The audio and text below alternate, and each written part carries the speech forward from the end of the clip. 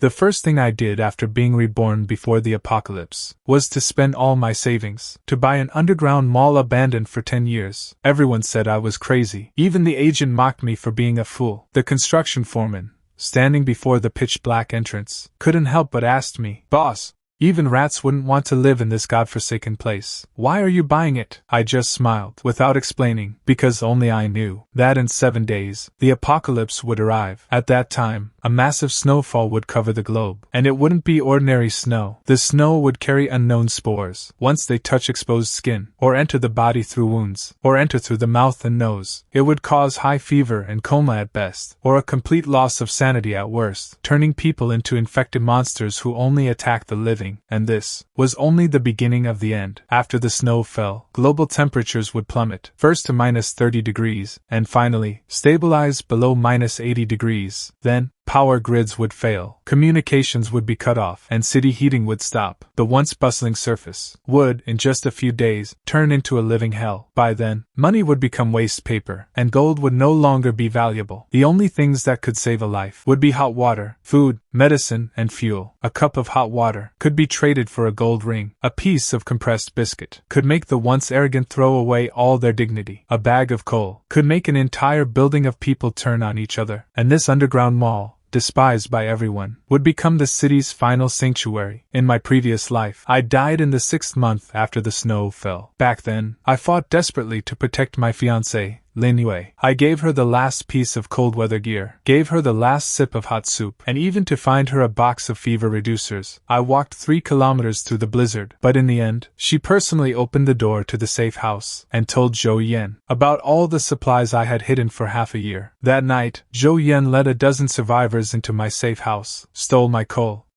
and stole all my hope of survival. And Lin Yuewei, wearing the cold weather gear I risked my life for, stood behind Zhou Yan, looking at me coldly. "Lu Chen, don't blame me. There are only so many supplies. I can't possibly suffer through this with you." Then, she pushed me out the door. Snow at -80 degrees fell on my face. I didn't lose consciousness immediately. I heard the sound of them opening cans inside, and I heard Zhou Yan laugh and say, "A piece of trash like this, surviving until now, is already a miracle." Lin Yuewei didn't contradict him. She just gave a light chuckle. At that moment, I finally understood that in the apocalypse, the coldest thing is never the snow, but the human heart. When I opened my eyes again, I had returned to 7 days before the snow. On the phone screen, there was still a message from Lin Yuewei. "Lu Chen, my mom said that there must be a sense of security for marriage. Transfer the house to my name first. Anyway, we'll be family sooner or later. Surely you have at least this much sincerity?" Looking at these words, I flipped the phone face down on the table. In my previous life, just to give her that so-called security, I changed the name on the house my parents left me to hers. As a result, after the apocalypse, she used that house as a bargaining chip to get protection from Zhou Yan. In this life, she still wants my house? In her dreams, I immediately took the property deed and went to the bank. 3 hours later, the house was successfully mortgaged. Then I cashed out my stocks. I cashed out my funds. I sold several shops left by my parents. Even the car and some valuable collectibles were all sold off at low prices. In the end, I managed to scrape together over 80 million. This money would be enough for a good life before the apocalypse. But in 7 days, money will become a pile of waste paper. I didn't rush to buy supplies, because I knew very well that no matter how many things I had, without a safe place to store them, they would only benefit others. So, I immediately contacted the owner of that abandoned underground mall on the outskirts. The property rights of this place, I had checked them in my past life. They were incredibly clean. No mortgages, no debt disputes, and no messy property disputes. Its only problem was that the location was too remote, and it had been vacant for too long, that no one was willing to take it over. This place was originally an underground shopping street built 10 years ago. Later, due to poor management, it remained vacant. The ground entrance was dilapidated. The underground was cold and damp, and there was hardly any foot traffic around. In other people's eyes, it was just a useless mess. But I knew it had 3 levels of underground space, thick walls, a complete ventilation system, and an independent water well. More importantly, it was converted from a civil air defense project. The main structure, ventilation ducts, drainage system, and some backup circuits were still there. What I needed to do was not to build from scratch, but to seal it based on the existing structure, reinforce it, and restore its operation. With just a bit of renovation, it would be a natural doomsday fortress. As soon as the owner heard I wanted to buy it, his eyes lit up instantly. Young man, are you sure you want to buy that godforsaken place? I'm sure. It cost over 50 million to build this place back then. If you really want to take it over, 8 million, and I'll transfer both the property rights and the underground parking to you. 5.8 million. The owner was stunned for a moment. I continued, sign the contract today, payment today. He was silent for a few seconds, then immediately slapped his thigh. Deal. To him, that underground mall had been useless for 10 years. Every year, just the maintenance and various arrears were like a piece of rotting meat hanging on him. Now that someone was willing to take it, he couldn't wait to shove the keys into my hand overnight. After signing the contract, 5.8 million was transferred directly. The way the owner looked at me was as if he were looking at a fool, but he didn't know that in 7 days, let alone 5.8 million, even if he offered a whole building in the city center in exchange, I wouldn't give up this underground mall. After signing the contract, I immediately brought in a construction team. I had only one requirement: within 7 days, turn this underground mall into a true doomsday fortress. Basement level 1, converted into an energy room and a defense buffer zone. Basement level 2, converted into a storage area, cold storage and a medical warehouse. Basement level 3, converted into a living area. Install 3 ala blast doors at the entrance. Add isolation fences and electronic control doors to the corridors. Seal all exposed windows completely. Install filtration systems and backflow preventers on the exhaust vents. Surveillance covering every blind spot. After the construction captain heard my requirements, he looked stunned. Boss, are you renovating a mall or building a shelter? I looked at him. Is the money enough? Enough. More than enough. As long as the money is right. Forget a shelter. I can build you an underground palace. I transferred 500,000 as a deposit on the spot. The captain saw the notification text. The doubt on his face instantly turned into eagerness. Don't worry, boss. Within 7 days, I guarantee it'll be finished. After arranging the renovation of the underground fortress, I began the real hoarding. Food, drinks, cold weather gear, life-saving supplies, whatever the apocalypse requires. I want it all. Fuel bought by the ton, medicine bought by the case, food collected by the warehouse, steel doors, surveillance, protective equipment, maxed out, especially salt, antibiotics, fever reducers and disinfectants. 7 days later, a small bag of salt could make countless people fight. A box of antibiotics is like a second life in the apocalypse. I bought a batch of frozen meat returned by supermarkets. Beef, lamb chops, chicken legs, frozen shrimp, frozen foods, all had quarantine certificates. Just because the orders were cancelled, they were taking up space in the cold storage. The manager saw me order 20 trucks at once. His eyes lit up. Young man, are you sure you want it all? So much stock. Do you have a place to store it? I nodded. The cold storage is ready. He didn't know. To him, this was clearing inventory, but to me, this is my survival for many years to come. After the heavy snow falls, the city will lose power, supermarkets will be looted empty, logistics will be completely paralyzed. At that time, half a piece of frozen meat will be enough to make people risk their lives. 8 p.m., 20 cold chain trucks entered the underground mall one after another. Case after case of beef, lamb chops, chicken legs, frozen shrimp and frozen foods were moved into the cold storage. The construction crew watched in astonishment. The captain couldn't help but ask, Boss, are you planning to open a giant supermarket? Something like that. They didn't know. 7 days later, supermarkets will become ruins, cold storages will become battlegrounds for looting, and this underground fortress beneath my feet will become the safest place in the whole city. Over the next few days, the originally cold and damp underground mall completely changed. Energy, storage, medical, living areas were all partitioned. Diesel generators, battery banks and fuel reserves, connected to independent lines. Even if the city's power grid is completely paralyzed, power can still be supplied here as usual. The living area on the 3rd basement level was also fully renovated according to my requirements. Bedroom, kitchen, medical room, gym area, surveillance room, planting room. Everything is provided. Water circulation and air filtration systems are running normally. There's even a small home theater. I don't just want to survive, I want to live comfortably. In my previous life, I suffered too much. Moldy bread, frozen dirty water, leftovers stolen by others. Those things. I never want to touch them again in this life. On the night of the final countdown, the construction crew finished installing the final blast door. The captain patted the heavy door panel and said with a look of pride, "Boss Lou, don't worry about this door. Forget ordinary people. Even if you ram it with a car, it won't open." I looked at the heavy alloy door and nodded with satisfaction. Of course a car can't ram it open, but after tonight, those who come to ram the door might not be cars. After settling the final payment, the construction crew all left. The heavy blast door slowly closed. Click. The entire underground mall was completely isolated from the outside world. I stood in the monitoring room, watching dozens of screens light up simultaneously. Main entrance, backup passage, ventilation duct, underground parking lot, and several surrounding streets. I had pre-installed hidden cameras on the streetlights, behind abandoned shop signs and billboards. Access to the old surveillance of nearby shops was also bought by me in advance. At this moment, all the images were clearly displayed before my eyes. The underground fortress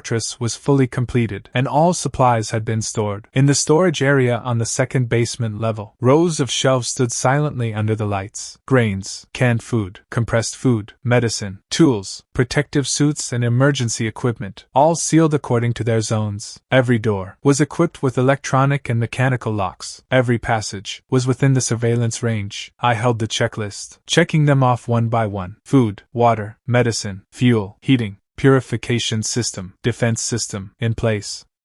Everything was in place. Just then, the phone rang. Caller ID, Lin Yuewei. After answering the call, her impatient voice immediately came through. "Lu Qin, what do you mean? I sent you messages. Why didn't you reply?" My mom said, "If the house isn't transferred, this marriage is off. Also, I heard from Zhou Yan that you mortgaged the house. Are you crazy? That's supposed to be our future marital home," I said indifferently. "Lin Yuewei, that house was left to me by my parents. What does it have to do with you?" Her voice instantly became shrill. "Lu Qin, are you calculating with me now? I am your fiancé. As a man, you can't even bring yourself to give me the house. And you say you love me? If it were me from my previous life." Hearing these words, I would have hurriedly apologized. I would have explained. I would have coaxed her, and crushed the last bit of my own dignity. But now, I only find it ridiculous. "Lin Yuewei, didn't you want a sense of security?" Her tone finally softened a bit. "That's more like it." "Then tomorrow I interrupted her directly. "Go find Zhou Yan. He can give you more security." The other end of the line went dead silent. A few seconds later, Lin Yuewei shouted frantically, "Lu Qin, are you sick in the head? How dare you talk to me like that? Do you believe me if I say I'll cancel the wedding right now? Just cancel it then. And I'll tell your mother. I'm not giving the bride price either. The money for the wedding photos. Remember to refund me half." After saying that, I hung up the phone immediately. The next second, Lin Yuewei's messages popped up frantically. "Lu Qin, Zhou Yan, Lu Qin, Zhou Yan, you're finished. It's still not too late for you to apologize. I'm telling you, there are plenty of people chasing me. Zhou Yan is much more sensible than you.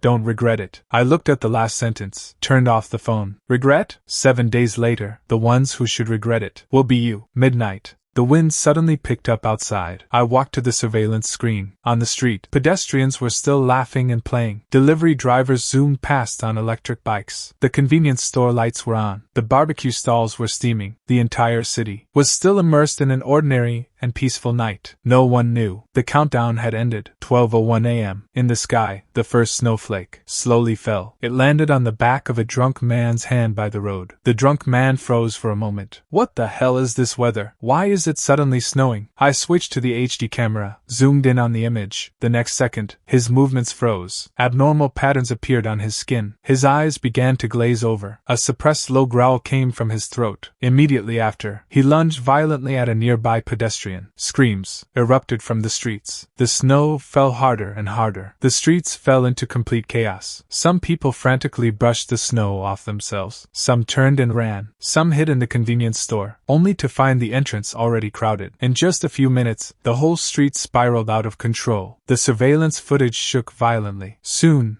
only messy footprints and glaring marks remained on the snow. The entire city officially plunged into darkness at this moment. While I sat in my warm underground bunker, picking up a bowl of freshly cooked beef noodles. The broth was scalding. The beef was tender. There was even a faint scent of green onions in the air. I looked at the chaotic streets on the surveillance screen. There was no joy in my heart, only a heavy feeling of finality. The apocalypse has officially begun. I didn't rush to turn off the surveillance, because I knew the real chaos had only just begun. In the first 10 minutes, most people thought it was just a sudden disaster, extreme weather, or some kind of brief accident. But 20 minutes later, the first batch of infected had completely lost control. They didn't fear the cold, didn't fear pain, and had no reason. As long as they heard the sound of a living person, they would be drawn to it. On the surveillance screen, the city lights went out one by one. Finally, only the swirling snow and the undulating screams in the distance remained. City communications hadn't completely cut off yet. Some base stations relied on backup power. The signal was intermittent. No one knew how much longer it could hold, and because of this, messages in the birthday group popped up one after another. What's happening outside? Why did it suddenly start snowing? Someone's gone crazy. It's total chaos at the hotel entrance. Call the police, quick. The emergency line isn't going through. Lu Qin, do you know something? The person messaging is Zhou Yan. He's still the same. When danger strikes, the first thing he thinks of is never taking responsibility, but finding someone else to take the fall. Right after that, Lin Yuewei's voice call came through. I didn't answer. She called again. I still didn't answer. After 5 consecutive missed calls, she finally sent a message. Lu Qin, where are you? Lu Qin, where are you? Lu, something happened outside. Lu Qin, where are you? Something happened outside. Something happened outside. I'm at the hotel. Come pick me up quickly, Jinwei Hotel. Come pick me up quickly. Come pick me up quickly. Jinwei Hotel. Come pick me up quickly. I'm at Jinwei Hotel. There are so many crazies outside. Do you hear me? I looked at the screen. My expression was calm. Jinwei Hotel, just like in the previous life, her birthday banquet was still held there. Only in this life, I didn't go. I replied with 2 words. No time. As soon as the message was sent, Lin Yuewei replied almost instantly. Lu Qin, what do you mean? I am your fiancée. It's so dangerous right now. And you actually say you're busy? Are you even a man? Even though the apocalypse had begun, she still felt that I should be like before, listen to her every word, and immediately risk my life to save her. I replied calmly, the wedding has been cancelled. You are no longer my fiancé. There was silence for a few seconds, then, a string of messages popped up frantically. Lu Qin, are you crazy? Is this the time to throw a tantrum? Something truly terrible happened outside. Come pick me up quickly. As long as you come, I can forgive your attitude today. Seeing this sentence, I almost laughed out loud. Forgive me. She still thinks until now that she is granting a favor. I didn't reply to her again, but switched to the perimeter surveillance I'd accessed in advance. The perimeter of Jinwei Hotel, but switched to the perimeter surveillance I'd accessed in advance. One of the cameras happened to capture the street near Jinwei Hotel. The footage was lagging a bit, but it was enough to see the chaos at the hotel entrance. Several cars had collided. Glass doors were shattered everywhere. The lobby was packed with people. Some tried to rush out. Some tried to hide inside. Soon, I saw Lin Yuewei through the window of the second-floor banquet hall. I saw Lin Yuewei. She was wearing a white gown. The exquisite makeup on her face was mostly smudged. At this moment, she was holding her phone, crying, while constantly looking outside, and beside her, Zhou Yan was bracing the door. A few mutual friends also turned pale with fear. Once, it was these people. When I was kicked out of the shelter, not one of them spoke up for me. Now, they finally taste the flavor of fear. I closed the group chat, and began checking the various systems of the underground fortress. Power normal, heating normal, air filtration normal, water system, water purification system,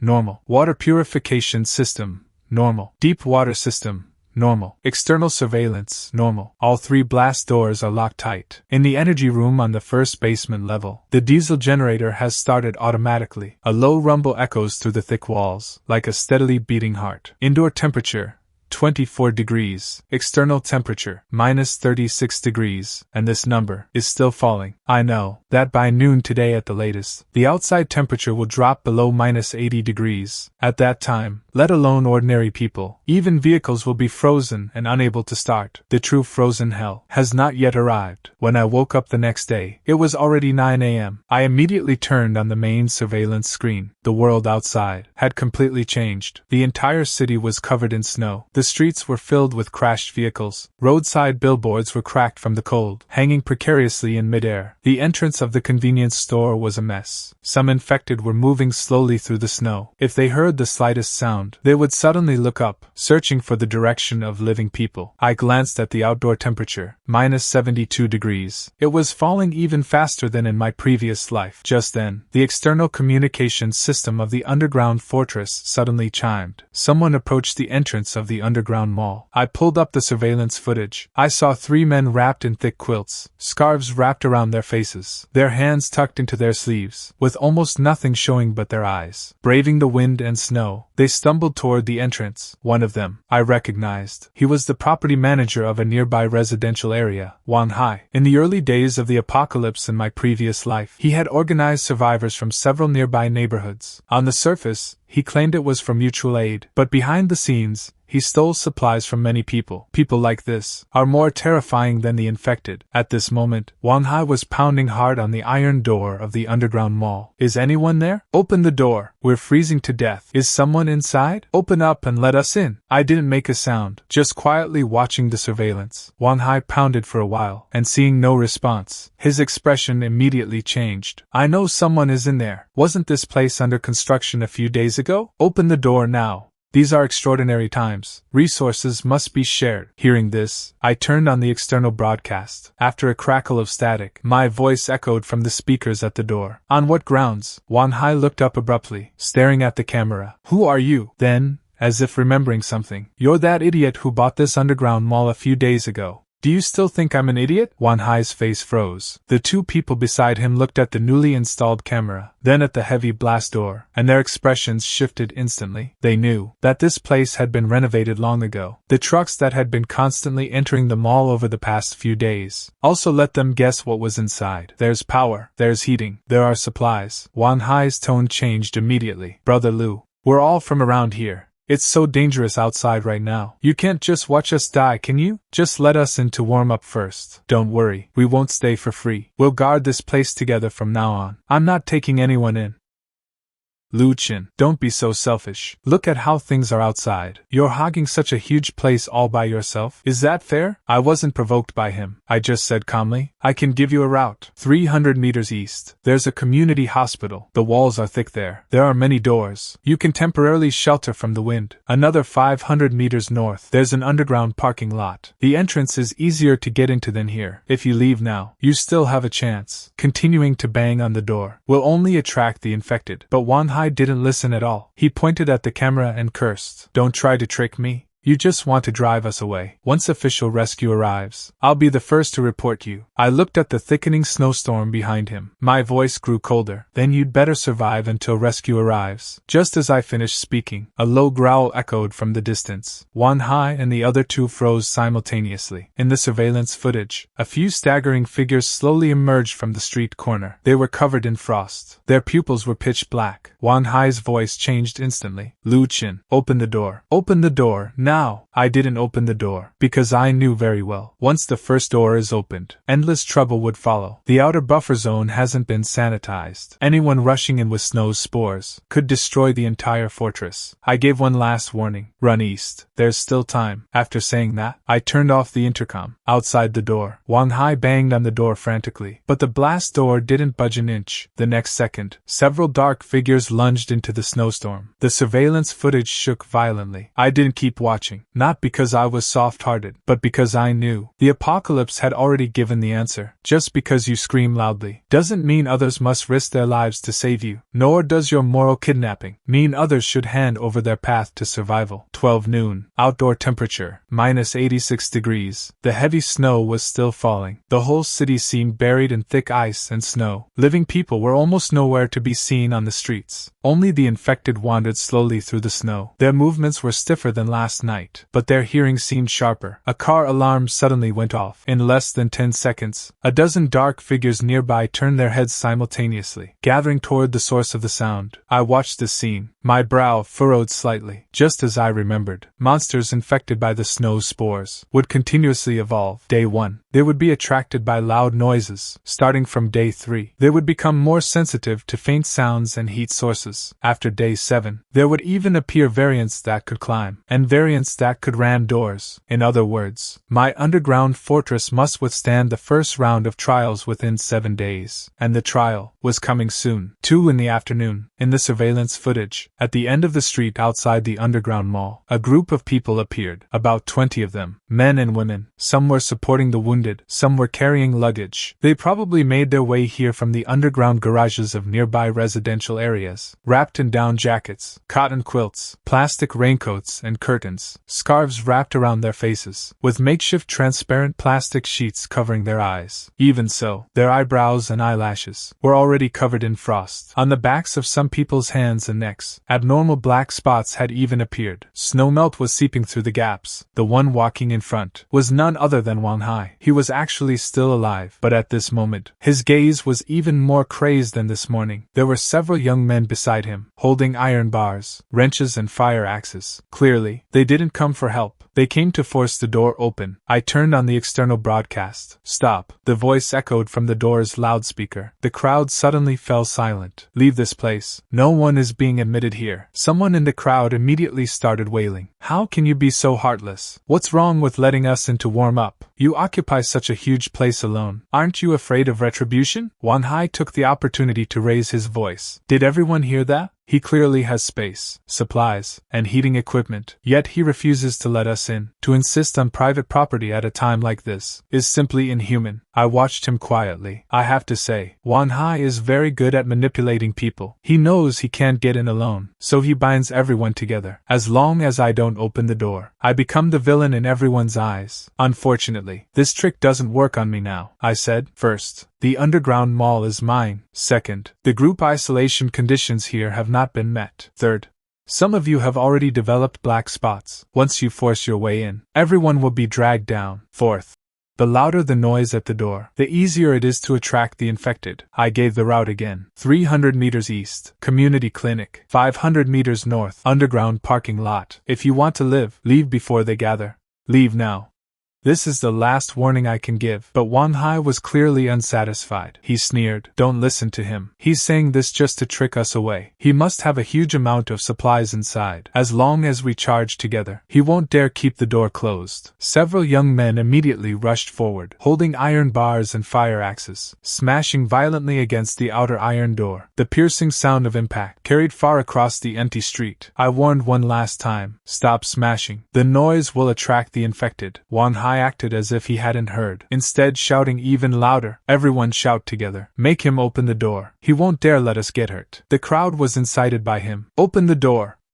Open the door! Open the door! One cry after another, echoing far into the wind and snow. I didn't try to persuade them again. I just switched the surveillance feed, looking at both sides of the street. Sure enough, in the distance, a few wandering infected had slowly raised their heads. Then, a second one, a third one, a fifth one. More and more dark shadows turned around from the curtain of snow. They heard it. Wang Hai was still shouting, Lu Qin, if you don't open the door, you're harming everyone. I leaned back in my chair, watching him calmly. No. The person who brought them here was you. The next second, the first dark shadow rushed out from the street corner. Someone screamed in the crowd. Chaos broke out instantly. The men who were just bashing the door immediately dropped their tools and turned to run. Some fell. Some pulled and pushed each other. Some rushed into the snow curtain, crying out. Wang Hai's expression changed drastically. He turned to flee, but he had barely taken 2 steps before a man grabbed him tightly. Wang Hai, you said we could get in here. Don't even think about running, Wang Hai roared. Let me go. You're the ones who are stupid. What does that have to do with me? As soon as these words came out, the faces of the people around him changed, but they no longer had time for anger. The snowstorm and chaos soon swallowed the scene outside the door. I sat in the monitoring room, without moving, and without opening the door, because I knew very well, if I were soft-hearted now, the one who would die would be me. A few minutes later, it became quiet outside again. The heavy snow was still falling. Iron bars lay scattered on the ground, quilts and a few shoes. The survivors had already scattered. Wanhai was gone too, whether he ran away or was swallowed by the snowstorm. I turned off the external broadcast, then zoomed in on the monitor of the entrance, confirming the outer defenses were undamaged. Very good. The first wave of impact. The underground bunker was unscathed. Just then, the phone vibrated again. This time it wasn't Lin Yuewei, but Zhou Yan. Lu Qin, I know where you are. Underground Mall. Right, just you wait. We'll be there soon. It seems, news of the underground mall has already reached Zhou Yan. Whether it was Wang Hai who leaked it, or Lin Yuewei who told him, no longer matters. What matters is, they finally set their sights on me. Only this time, the door is in my hand. The supplies are in my hand. The way to survive is also in my hand. I slowly typed a reply. Come.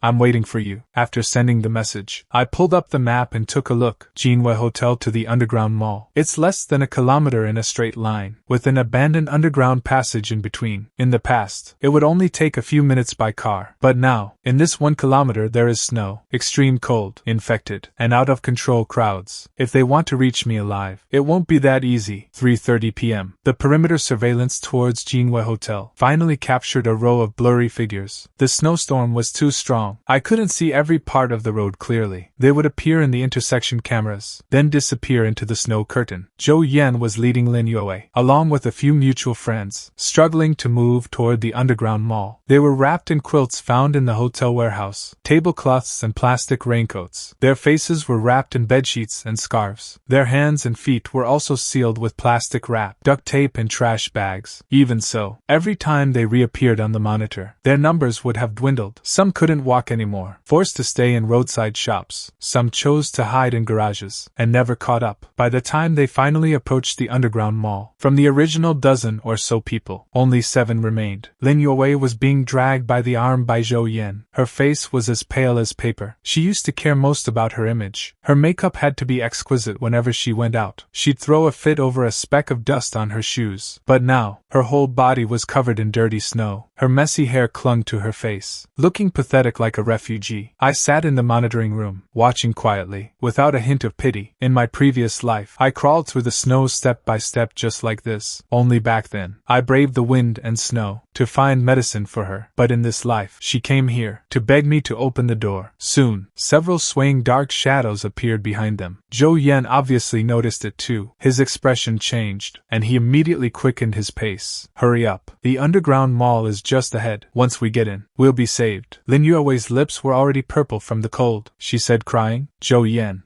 I can't walk anymore. Zhou Yan looked back at her. A flash of impatience crossed his eyes. Look at the time, and you're still being dramatic. Lin Yuewei was stunned. If it were before, Zhou Yan was always gentle and considerate before her. He would hand her water. He would carry her bags. He would pretend to be understanding in front of me. But now, the apocalypse has only just begun, and his patience is already exhausted. Lin Yuewei finally realized. Zhou Yan was never the support she imagined. It's just too late. Half an hour later, they finally appeared outside the underground mall entrance. Zhou Yan looked up at the camera, banging hard on the outer iron door. Lu Qin, open the door. We're here. Lin Yuewei also looked up. Tears immediately fell. Lu Qin, it's me. I know you're inside. Can you open the door, please? I really know I was wrong. I turned on the external broadcast. The sound of static rang out. My voice came through the speaker. What did you do wrong? Lin Yuewei acted as if she had grasped a lifeline, hastily saying, I shouldn't have forced you to transfer the house. I shouldn't have said those hurtful things. I shouldn't have gotten too close to Zhou Yan. Lu Qin, as long as you let me in, I'll do whatever you say from now on. Zhou Yan's face darkened. Yuewei. But Lin Yuewei didn't look at him. She just stared fixedly at the camera, crying piteously. If it were the previous life, seeing her like this, my heart would have softened long ago. But now, I only find it ironic. I continued, Lin Yuewei, if I open the door now, can you guarantee you won't side with Zhou Yan? Can you guarantee you won't join them to force me to hand over the supplies here? Can you guarantee? after entering, that you won't treat this place as something belonging to all of you? Lin Yuewei opened her mouth but couldn't say a word, because she knew very well in her heart, if this door really opened, the first thing she would think of might not be gratitude toward me, but how to survive, how to get Zhou Yan in as well, how to make this place her new reliance. Zhou Yan's expression changed slightly. He reacted quickly and sneered, "Lu Qin, stop trying to drive a wedge between us. The outside is full of infected now, yet you're hiding inside interrogating us." I looked at him. "Zhou Yan, what you've always truly wanted isn't a way to survive. It's the supplies here. From the moment you knew the location of the underground mall, you weren't thinking about rescue, but how to get in. How to get the things inside." Zhou Yan's expression changed completely. He stopped pretending, bent down to pick up a stone, and smashed it hard against the camera's protective shield. With a bang, the shield only shook, without even a crack. "Lu Qin, stop playing tricks in there. I'm telling you, if you don't open the door today, once I get in, the things here might not belong to you anymore." Lin Yuewei's face turned pale. She finally understood. Zhou Yan didn't want to beg Lu Qin for help at all. He wanted to break in and steal the supplies from the underground mall, and she was just a bargaining chip for Zhou Yan to force Lu Qin to open the door. She hurriedly took a step back, looking at Zhou Yan. Yan, didn't you say you were just asking Lu Qin to save us?" Zhou Yan suddenly turned around. The tenderness on his face completely vanished. "Look at the situation we're in. Do you really think just by begging he would open the door?" Lin Yuewei froze. Zhou Yan sneered. "If you hadn't said Lu Qin was soft-hearted, and that he used to listen to you the most, would I have risked bringing you here? Why do you think I've been protecting you all this way? Because you can make him open the door. Once the door is open, the supplies inside are our only real way to survive." Lin Yuewei stood frozen in place. She had always thought that Zhou Yan truly cared for her. At least at a time like this, he would protect her. But in the end, she was just a tool for Zhou Yan to pry open this door. I sat in the monitoring room, gently tapping the desk. Sometimes the truth doesn't need my help. They will tear off each other's masks themselves. Just then, a low growl echoed from the distance. Several dark shadows had been drawn by their arguing. I warned them. "You have 30 seconds left." Zhou Yan's expression changed. He banged on the door again. "Lu Qin, open the door. Open it now, and I can guarantee I won't touch you." I didn't answer. Even at a time like this, he's still putting on airs. Lin Yuewei's legs gave out. She collapsed into the snow. She tried to get up, but her limbs were frozen stiff. She could only look at the camera and cry, "Lu Qin, I beg you. I don't want this. I really know I was wrong." I looked at her. I felt no satisfaction, nor any pity, only a sense of peace, as if the dust had finally settled. "Lin Yuewei, I gave you a chance, but every single time, you chose someone else. This time, I choose myself." She completely broke down. "Lu Qin, please give me one more chance." I didn't answer again. The dark shadows in the distance grew closer. Zhou Yan finally panicked. He looked back, then looked at the emergency kit in Lin Yuewei's hand. That was what I had just sent out through the outer delivery slot. Inside were a few compressed biscuits, 2 heat packs, and a map to a temporary shelter. Lin Yuewei clung to it tightly, like it was her last straw. Zhou Yan suddenly rushed over and snatched the emergency kit. Lin Yuewei was stunned. "Zhou Yan, what are you doing?" Zhou Yan didn't even look at her. He turned around and started to run. Only then did Lin Yuewei fully realize, until the very last moment, the only person Zhou Yan wanted to save was himself. Lin Yuewei chased after him. She gripped the corner of Zhou Yan's clothes tightly. "Zhou Yan, you can't leave me behind." Zhou Yan looked back, his face full of ruthlessness. "Get lost." He shoved her away violently. Lin Yuewei fell into the snow. The emergency kit in her arms was also snatched away by Zhou Yan. Lin Yuewei was stunned. "Zhou Yan, Lu Qin gave that to me." Zhou Yan didn't stop at all. He turned and ran toward the street corner. Inside were compressed biscuits, heat packs, and a map to the shelter. That was their only hope after leaving here. The only thing that could keep him going. But he didn't even look back at Lin Yuewei once. Lin Yuewei lay sprawled in the snow, watching Zhou Yan run further and further away. At that moment, she seemed to finally realize something. Zhou Yan never intended to save her. All he wanted was just something that could keep him alive, and she was merely a tool for him to open this door. She didn't lose to the apocalypse, nor did she lose to the infected. She lost to her own greed and betrayal. Lin Yuewei struggled to lift her head and happened to see the camera. "Lu Qin," She opened her mouth, wanting to say something more, but the wind and snow were too strong. I could no longer hear her. The monitor flickered a few times. Several dark figures approached through the curtain of snow. I didn't watch any further. I simply turned off that feed. A few minutes later, only the sound of the wind remained in the external receiver. Zhou Yin didn't send any more messages. Lin Yuewei's chat box never lit up again. The next morning, I reopened the door surveillance. Outside the blast door, only the winter coat I had once given Lin Yuewei remained, half buried in the wind and snow. I watched for a long time, then turned off the screen. Until this moment, the hatred that had weighed on my chest for a whole lifetime finally dissipated. The next morning, I pulled up the backup surveillance from the street corner. Zhou Yan hadn't gone far. After stealing the emergency kit, he originally intended to go to the temporary shelter on the map, but he was too afraid others would steal the supplies. Holding the bag tightly the whole way, to avoid other survivors, he didn't take the safe route I had marked, but instead ducked into a shorter alley. That narrow alley was where the infected were most dense in my previous life. In the surveillance, Zhou Yan had barely run a few steps in, when several dark figures deep in the alley slowly turned around. He seemed to realize something was wrong, immediately stopping in his tracks, trying to run back, but it was already too late. More and more infected emerged from behind the snow and abandoned vehicles. Zhou Yan clutched the emergency kit, retreating frantically, but swaying figures also appeared at the alley entrance. His way back was completely blocked. In the surveillance footage, he desperately pounded on the nearby shutter door, then turned and shouted something toward the underground mall, but the distance was too great. I couldn't hear him. The next second, several dark figures pounced on him simultaneously. Zhou Yan's figure was instantly swallowed by the infected. The wind and snow soon covered the alley entrance, and covered the shadow of his final struggles. From then on, Zhou Yan never appeared again. I turned off that monitor screen. Silence returned to the surveillance room. Outside was the wind and snow, the low growls of the infected, the completely collapsed old world. While here with me, the heating was stable, the lights were bright. I walked to the kitchen, and served myself a bowl of hot soup. As I took the first sip, the scalding soup flowed down my throat into my stomach. I finally truly realized, in this life, I have survived. From that day on, no one dared anymore, like Wang Hai and Zhou Yan, to brazenly force me to open the door.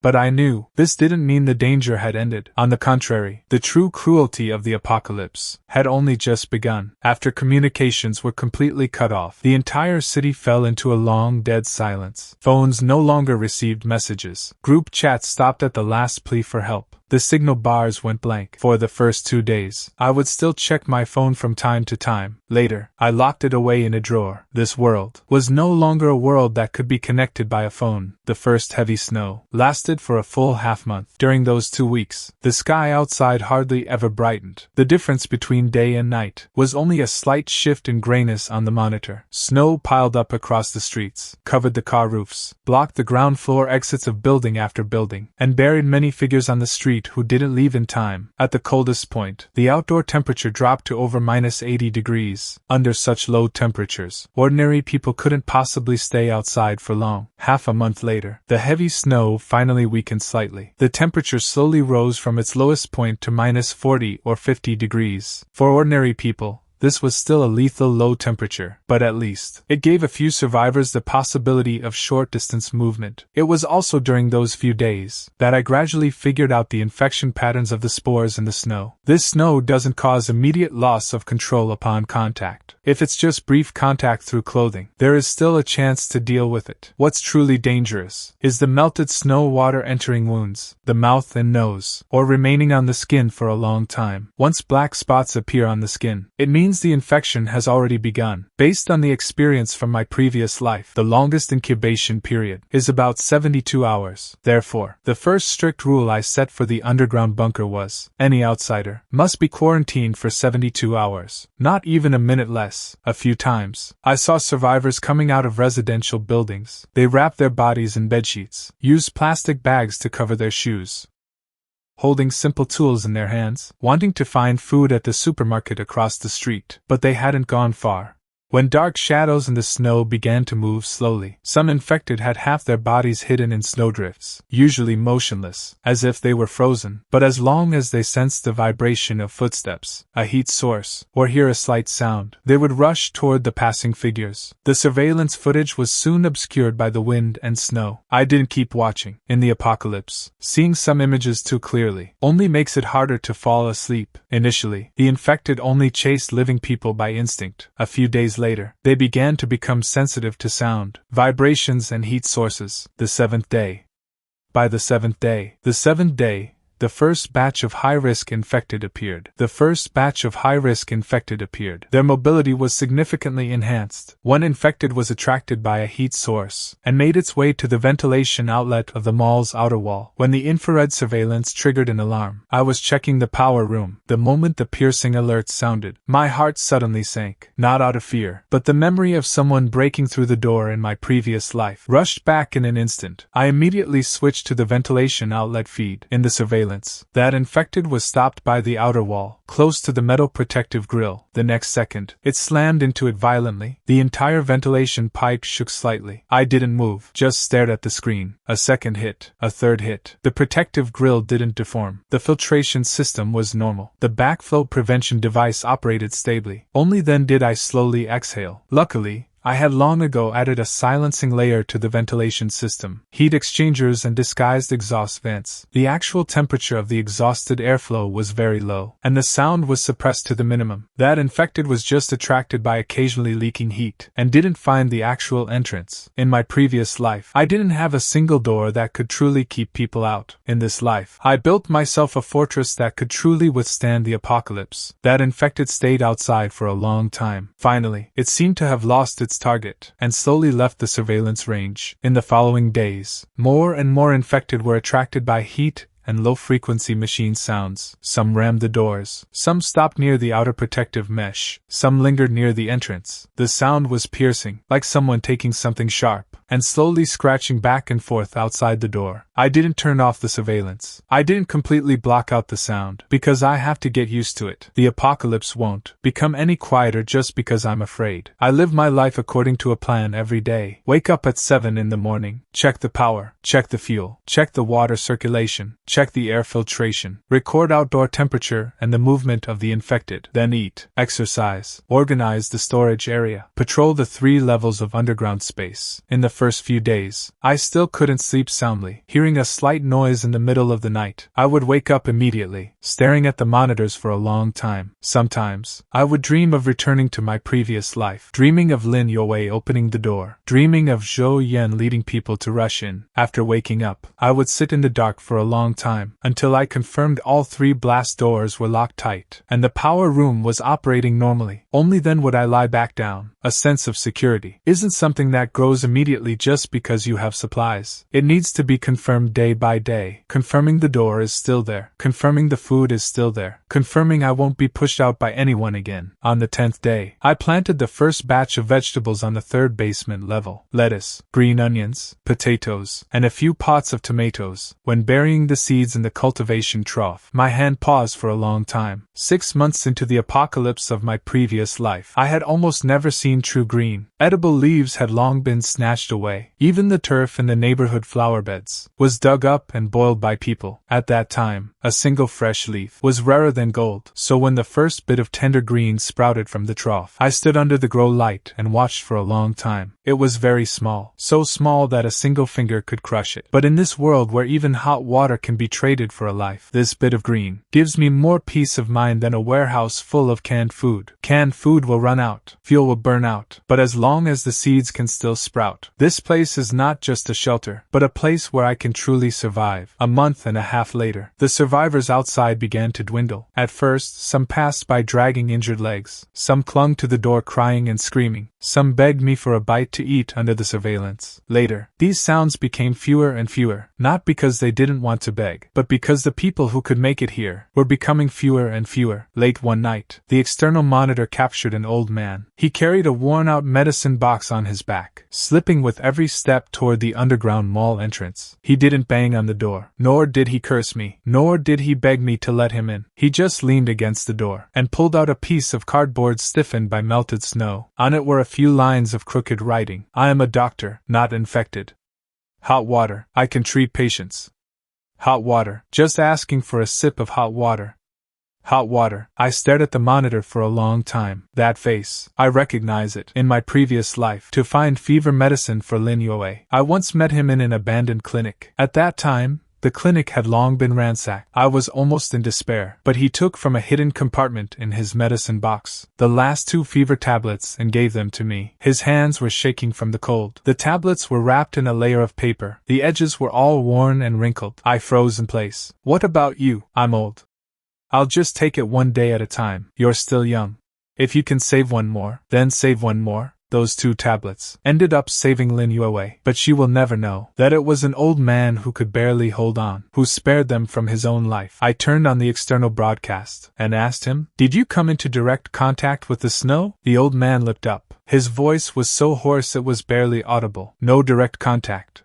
There are frostbites on my arm, no black spots. I didn't open the door immediately. Instead, I activated the outer buffer zone. The first door opened a gap just wide enough for one person. After he entered, the first door closed immediately. Then came the snow removal air shower, disinfectant spray, outer clothing sealed, provided disposable isolation suits and spare cotton clothes, temperature check, wound inspection. He was isolated in the outer buffer zone for 72 hours. During these 72 hours, I only gave him water through the delivery slot, compressed biscuits and basic medicine. On the night of the 3rd day, after confirming there were no signs of infection, no high fever, and no aggressive tendencies, I finally allowed him into the B1 isolation room. When he saw me, he didn't ask if he could stay first, but instead looked toward the medical room. He asked in a soft voice, "Is there any usable medicine left here?" I looked at him. He gave a bitter smile. "Don't misunderstand. I am a doctor. When I see medicine, I can't help but think of the patients first." I looked at his hunched back and remained silent for a long time. The apocalypse turns many people into demons, but some people still remember who they originally were. From that day on, I stopped shutting everyone out, but every time the door opened, there had to be rules. Later, I saved a pair of siblings. When the boy was chased by the infected near the mall, he was already at his limit, yet he still held his sister tightly in his arms. When he knocked on the door, he only said one thing: "Save my sister." I don't have to go in. I let them into the buffer zone. After 72 hours of isolation, both siblings survived. After the boy woke up, he wanted to kneel before me. I stopped him. "Don't kneel in my place. If you want to stay, then work." The 3rd person was a worker who had warned me about construction safety before the apocalypse. When he arrived, one of his legs had almost lost all sensation. He told me through the intercom, "Boss, I'm not here to cause trouble. I only have this set of repair tools on me. If you're willing to take me in, I'll fix the pipes for you from now on. Fix the wiring. If you won't, just show me a path where I can hide from the wind." I remained silent for a long time. In the end, I let him into the buffer zone. It took the old doctor 3 days to save his leg. After cleaning the wound, he lay in the isolation room for a full half-month before he could stand up again. After he survived, he helped me reinforce several outer pipes and helped me modify the backup maintenance passage. From then on, I was no longer alone in the underground fortress, but the rules were officially established from the first day. First, before anyone enters the living area, they must be isolated for 72 hours. Second, all supplies must be registered. No unauthorized taking of supplies. Third, no one is allowed to approach the main control room and power room without permission. Fourth, no one shall incite trouble. Rules must not be broken. No one may open any door without permission. Violators will be expelled immediately. Fifth, the fortress can save people, but it will not risk everyone's life to save just one person. These rules, I wrote them in the most visible spot at the B1 entrance. After the old doctor read them, he only said one thing: strict rules are better. In a chaotic world, people die without rules. A month later, the city completely lost its original form. Skyscrapers were covered in ice and snow. Streets were buried in snow. Malls, hospitals, schools, all became places where the infected wandered. But the underground fortress slowly stabilized. The old doctor organized the medical warehouse, reclassifying medicines by use and expiration date. The youth was responsible for patrolling the outer surveillance. His sister helped water the planting area. A worker took me, checked checking the drainage bit by bit, the walls and backup lines. This underground mall was finally no longer just my solitary shelter. It began to feel like a place where one could truly survive long term. Later, survivors would occasionally pass by the underground mall. Some begged for help, some cursed, some tried to pry open the door, some cried and repented outside the door, saying they had robbed others in the past. Now they finally understood what it feels like to have hope stolen. Half a year later, the continuous extreme cold storms finally weakened. The sky remained gray. The sun was like a dusty copper coin, hanging behind thick layers of clouds. The infected did not disappear, but those who survived had begun to re-establish order. On the edges of the city, several survivor outposts appeared one after another. They used abandoned malls as walls, used underground garages to avoid the cold. Some began to light fires again, clearing roads, searching for usable supplies. I didn't join any outpost, nor did I open the underground mall to accept everyone. This fortress is a lesson I paid for with a life. I can give an innocent person some food, give a child who can't hold on much longer a bottle of water. Also let those who truly follow the rules shelter from the wind and snow in the outer buffer zone for a night. But the living area behind the door. Energy room. Internal workstation 3 internal positions. Energy room. Internal workstation 3 internal positions. Storage area will never be open to outsiders casually, because I know very well, in the apocalypse, kindness can exist, but it must have boundaries. In 1 year, I've seen too many people kneeling and crying outside the door, seen too many people turn on each other for half a bag of rice. I've seen some, for medicine, abandon their closest people to escape alone. Also seen some prefer to starve, to leave the last bite of food for their family. The apocalypse amplifies human greed, and also forces the few remaining kindnesses into the most visible places. A year later, I stand in the main control room of the underground mall. Before me is a whole wall of surveillance screens. On the screen, the city is still covered in ice and snow. Abandoned tall buildings stand silently in the wind and snow. Occasionally, there are still infected, walking slowly from the street corner, but I am no longer afraid, because behind me is a stably operating generator, is a living area with warm light, is a planting room full of green vegetables. In my previous life, I was pushed out the door. In this life, I stand inside the door. 3 blast-proof doors, locked one by one behind me. The keys are in my hand, and my life is also in my own hands.